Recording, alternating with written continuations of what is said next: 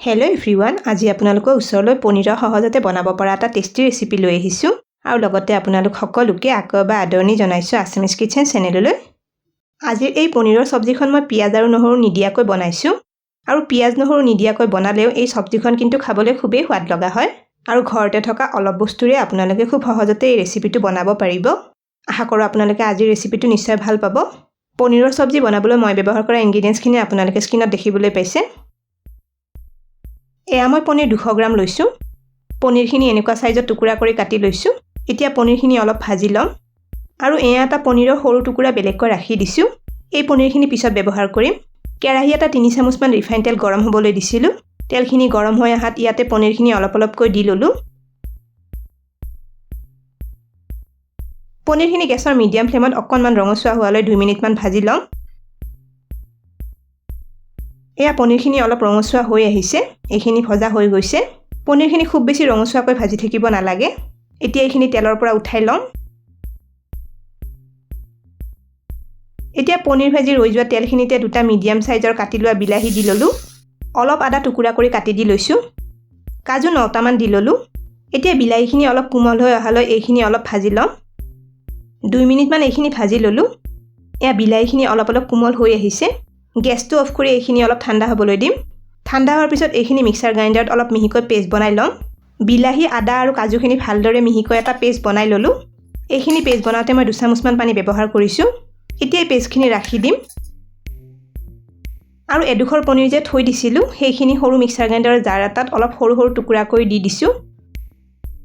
এয়া পনীৰখিনি 3-4 চামুচমান গাখীৰ দি ল'লোঁ। এতিয়া এই পনীৰখিনি অলপ মিহিকৈ এটা পেষ্ট বনাই ল'ম। এইখিনি মই এনেকৈ মিহিকৈ পেষ্ট বনাই ল'লোঁ। অলপ পনীৰ এনেকৈ মিহিকৈ গুড়ি কৰি লৈ দিলে পনীৰৰ চব্জিখন খুব টেষ্টি হয় খাবলৈ।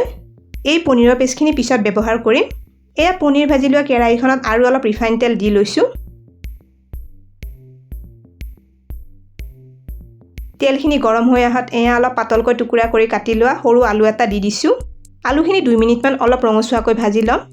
আপোনালোকে পনীৰৰ এই চব্জিখনত আলু দিব নিবিচাৰিলে নিদিয়াকৈ বনাবও পাৰে। এইখিনিতে এটা ৰিকুৱেষ্ট কৰিলোঁ, ভিডিঅ'টো চাই ভাল পালে লাইক আৰু শ্বেয়াৰ কৰি দিব। এই আলুখিনিও অলপ ৰঙচুৱা হৈ আহিছে। এইখিনি তেলৰ পৰা উঠাই লৈছোঁ। আপোনালোকৰ যিসকলে আমাৰ চেনেলটো এতিয়ালৈকে ছাবস্ক্ৰাইব কৰা নাই তেওঁলোকক আমাৰ চেনেলটো ছাবস্ক্ৰাইব কৰিবলৈ ৰিকুৱেষ্ট কৰিলোঁ আৰু লগতে থকা বেল আইকনটো প্ৰেছ কৰি দিব। এয়া তেলখিনিত কেইটামান গোটা জিৰা দি দিলোঁ। এটা ডাঙৰ ইলাচি দিছোঁ আৰু লগতে 2টা ইলাচি আৰু 2টা লং দি ল'লোঁ। গোটা মছলাখিনি অলপ ফুটি আহিছে। এতিয়া আগতে বনাই থোৱা বিলাহীৰ পেষ্টখিনি ইয়াতে দি ল'লোঁ। এইখিনি তেলত দিয়াৰ লগে লগে হেতাৰে লৰাই লৰাই ভাজি থাকিব লাগিব, নহ'লে কেৰাহী তলিত লাগি পুৰি যাব পাৰে। এইখিনি ভাজি থাকোঁতে গেছৰ ফ্লেমটো অলপ কমাই থৈছোঁ আৰু এইখিনি জাৰটোত লাগি থকা বাকী মছলাখিনি অলপ পানীৰে মিক্স কৰি দি ল'লোঁ। এতিয়া এই মছলাখিনি 5 মিনিটমান কম জুইত এইদৰে লৰাই লৰাই ভাজি ল'ম। 5 মিনিটমান পিছত এয়া দেখিছেনে মছলাখিনি ভজা গৈ তেলখিনি ওলাই আহিছে। মছলাখিনিৰ পানীখিনিও অলপ শুকাই আহিছে। এতিয়া ইয়াতে এয়া আধা চামুচ হালধি দি ল'লোঁ। ধনিয়া গুড়ি আধা চামুচ দিছোঁ আৰু কাশ্মীৰী জলকীয়া গুড়ি 1 চামুচৰ 3ভাগৰ 1ভাগ দি ল'লোঁ। মছলাখিনি দি আৰু অলপ সময় ভাজি ল'ম।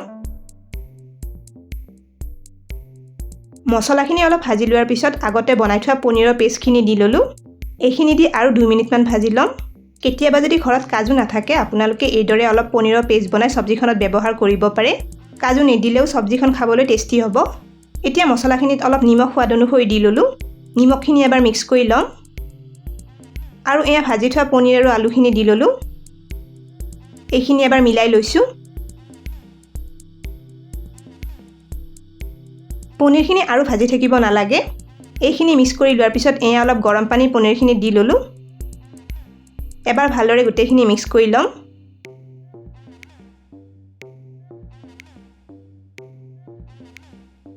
এতিয়া কেৰাহীৰ ঢাকনিখন লগাই 5-6 মিনিটমান এইখিনি অলপ সিজিব দিম। 5 মিনিটমান পিছত ঢাকনিখন আঁতৰাই লৈছোঁ। মছলাখিনি পনীৰৰ লগত ধুনীয়াকৈ মিক্স হৈ গৈছে। এয়া 2টা কেঁচা জলকীয়া দি ল'লোঁ। গৰম মছলা আধা চামুচ দিছোঁ আৰু এয়া অলপ কচুৰি মেথি ওপৰত ছটিয়াই দিছোঁ।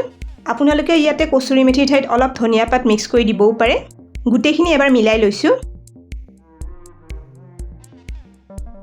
একেবাৰে শেষত এয়া আধা চামুচ ঘি চব্জিখনত দি ল'লোঁ। অলপ ঘি মিক্স কৰি দিলে নিৰামিষ চব্জিখন খাবলৈ খুবেই সোৱাদ লগা হয়। আপোনালোকে ইয়াতে ঘিৰ সলনি অলপ ফ্ৰেছ ক্ৰীম ব্যৱহাৰ কৰিবও পাৰে। এয়া আমাৰ পনীৰৰ চব্জিখন হৈ গৈছে। গেছটো অফ কৰি দিছোঁ। পনীৰৰ চব্জিখন মই অলপ এনেকৈ থুপথুপীয়াকৈ ৰাখিছোঁ। আপোনালোকে চব্জিখন নিজে বিচৰা ধৰণেৰে অলপ ডাঠ বা পাতল কৰি ৰাখিব পাৰে। এয়া প্লেটত পনীৰৰ চব্জিখন পৰিৱেশন কৰিছোঁ। পিঁয়াজ আৰু নহৰু নিদিয়াকৈ বনোৱা এই পনীৰৰ চব্জিখন ভাত, ৰুটি বা পোলাও সকলোৰে লগত খাবলৈ খুবেই সোৱাদ লাগে। তেনেহ'লে আজিৰ ৰেচিপিটো কেনে পালে কমেণ্ট কৰি নিশ্চয় জনাব বুলি আশা কৰিলোঁ। ভিডিঅ'টো শেষলৈকে চোৱাৰ বাবে অশেষ ধন্যবাদ জনালোঁ আৰু ভিডিঅ'টো ভাল পালে লাইক আৰু শ্বেয়াৰ কৰি দিব। স্ক্ৰীনত দেখা পোৱা ৰেচিপিকেইটা চাবলৈ মই ৰিকমেণ্ড কৰিলোঁ। ভিডিঅ'কেইটা চাবলৈ ৰেচিপিটোৰ ফটোখনৰ ওপৰত ক্লিক কৰিলেই হ'ল। তেনেহ'লে আজিলৈ আহিছোঁ, আকৌ লগ পাম আৰু এটা নতুন ৰেচিপি ভিডিঅ'ৰ সৈতে।